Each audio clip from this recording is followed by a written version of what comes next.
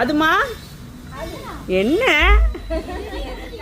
டீயா என்ன குடிக்கிற?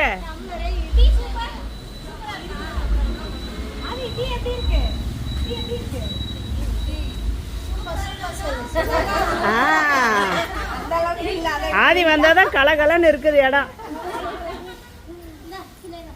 ஆதியும் விகாஷினியும் நல்லா செக் பண்ணுங்க, எல்லாம் கரெக்டாக வேலை பார்க்குறாங்களான்னு. சரியாடா? என்ன விகாஷினி?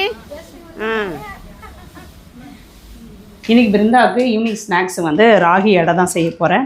ராகி வந்து ப்ரெக்னெண்ட்டாக இருக்கவங்க டெய்லியுமே எடுத்துக்கிறது ரொம்ப நல்லது. அதனால் நேற்று வந்து ஸ்வீட் அடை செஞ்சு கொடுத்தேன், ராகியில் ஸ்வீட் அடை செஞ்சு கொடுத்தேன். இன்றைக்கி வந்து கார அடை செய்ய போகிறேன். இன்றைக்கி மத்தியானம் எல்லாமே வெளியே போயிட்டு வந்தோம் லஞ்சுக்கு.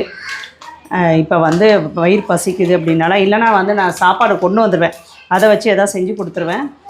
ஒரு கப் அளவுக்கு ராகி மாவு எடுத்துக்கோங்க. நம்மள்ட்ட ராகி மாவு மட்டும் இல்லாமல் கம்பு மாவு, சோள மாவு எல்லாமே இருக்குது. இது எல்லாமே வந்து 1/2 கிலோ பேக்கெட்டு. இதெல்லாம் பார்த்திங்கன்னா கம்பு மாவு, சோள மாவுலாம் சப்பாத்தி போட்டு சாப்பிட்றதுக்கு ரொம்ப நல்லாயிருக்கும், நல்லா சாஃப்டாக இருக்கும். நம்மள்ட்ட இருக்குது, தேவைப்படுறவங்க வாங்கிக்கோங்க.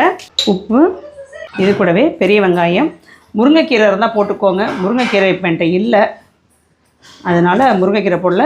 பெரிய வெங்காயம், ஒரு பெரிய வெங்காயம், அப்புறம் 2 பச்சை மிளகாய் பொடியை கட் பண்ணி வச்சுட்டு அதை சேர்த்துக்கிறேன். மல்லி இலை, இது எல்லாத்தையும் போட்டுட்டு நல்லா பிசைஞ்சிட்டு அதுக்கப்புறம் நம்ம தண்ணி ஊற்றி பிரட்டிக்கலாம். ராகி ஸ்வீட் அடை வீடியோ நம்மள்ட்ட ஏற்கனவே இருக்குது, நான் வீடியோ போட்டிருக்கிறேன் யூடியூப்பில். தேவைப்படுறவங்க லாங் வீடியோ போட்டிருக்கிறேன், தேவைப்படுறவங்க பார்த்துக்கோங்க. இப்போ அது வந்து தண்ணி ஊற்றி கலந்துக்கலாம். டெய்லியுமே பார்த்திங்கன்னா பிருந்தாவுக்கு உளுந்தங்களி, பூங்கர் அரிசி கஞ்சி ரெண்டுமே கொடுத்துருவேன். காலையில் வந்து உளுந்தங்களி, காலையில் எழுந்தோடனே ஃபஸ்ட்டு வந்து அது கொடுத்துருவேன். அப்புறம் வந்து சாயந்தரம் போல் வந்து பூங்கார் அரிசி கஞ்சி கொடுத்துருவேன். நடுவில் வந்து ஈவினிங் ஸ்நாக்ஸாக வந்து இந்த ராகியில் வந்து ஏதாவது ஒன்று செஞ்சு கொடுத்துருவேன். இந்த அளவு பிசைஞ்சு வச்சுக்கோங்க. இந்த மாதிரி இலை எடுத்துக்கோங்க, இல்லைனா பால் கவர் இதிலே கூட தட்டி போடலாம்.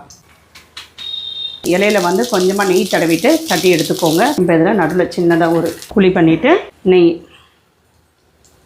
அவ்வளோதான். அப்படியே வேகட்டும். திருப்பி போட்டுக்கலாம். நல்லா 2-3 தடவை திருப்பி போட்டு சுடுங்க. சிம்லேயே வச்சுக்கோங்க, ஹையில் வைக்காதீங்க. ராகி அடை ரெடி. இது அப்படியே சாப்பிட்லாம். இதுக்கு வந்து ஒரு சட்னி வச்சு கேட்டிருக்கிறேன், அது சட்னி வச்சு நான் கொடுக்க போகிறேன். ராகி மாவு, கம்பு மாவு, சோள மாவு நம்ம ஹேமாஸ் கிச்சன் ஃபுட்ஸில் இருக்குது. தேவைப்படுறவங்க வெப்சைட்லேயும் ஆர்டர் பண்ணிக்கலாம், இல்லைனா வாட்ஸ்அப்லேயும் ஆர்டர் பண்ணிக்கலாம். தேங்க்யூ.